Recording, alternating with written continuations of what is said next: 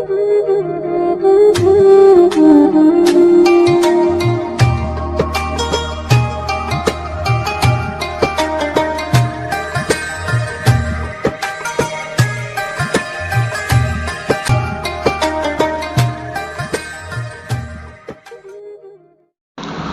News में खबरुनि update जो सिलसिलो जारी है। अहम खबर शामिल कयूं पिया मलीर खां। मलीर में एसटीपी के एहतजाज दौरान अणॼातल हथियारबंदनि जी फायरिंग, पथराव, 4 ॼणा ज़ख़्मी, इलाइक़ो जंग जो मैदान बणिजी वियो। इतला ते पुलिस वाक़े वारे हंधि पहुची वई, जवाबदार फायरिंग कंदा फरार।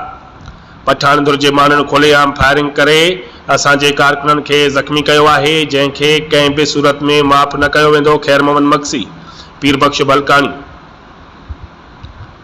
मलीर में क़ौमी शाहराह ते हलंदड़ एहतजाज दौरान रस्तो न ॾियण तां अणॼातल हथियारबंदनि जो हमलो, फायरिंग ऐं पथराव सबबि पीरबख्श बलकानी, फिदा हुसैन सब्ज़ोई, गुलाम असगर सब्ज़ोई, बख्श बलकानी समेत 4 ॼणा सख़्त ज़ख़्मी थी पिया।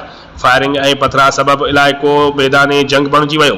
इतला ते पुलिस वाक़े वारे हंधि पहुची वई, जवाबदार फायरिंग कंदा फरार थी विया। उन मौक़े ते एसटीपी अॻुवाननि ख़ैर मोहम्मद मक्सी, पीरबख्श बलकानी, असगर सब्ज़ोई ऐं ॿियनि चयो त कराची सिंधी माण्हुनि लाइ नोगो एरिया बणायो वियो आहे, जिते धरती धणी पंहिंजे सरज़मीन ते गैर महफ़ूज़ बणिजी विया आहिनि। हुननि वधीक चयो त हथ वठी धारनि खे क़ाबिज़ कयो वियो आहे, जेकी जंहिंखे चाहिनि गोलियूं हणी क़तल करे छॾनि। उन्हनि खां केर बि पुछण वारो न आहे। हुननि वधीक चयो त वाक़े में मुलविस जवाबदारनि खे गिरफ़्तार न कयो वियो त ॿीहर एहतजाजी मुज़ाहिरो करे क़ौमी शराह ते धरणो हयो वेंदो। रिपोर्ट कराए मुश्ताक गबोल, बे न्यूज़ मलीर।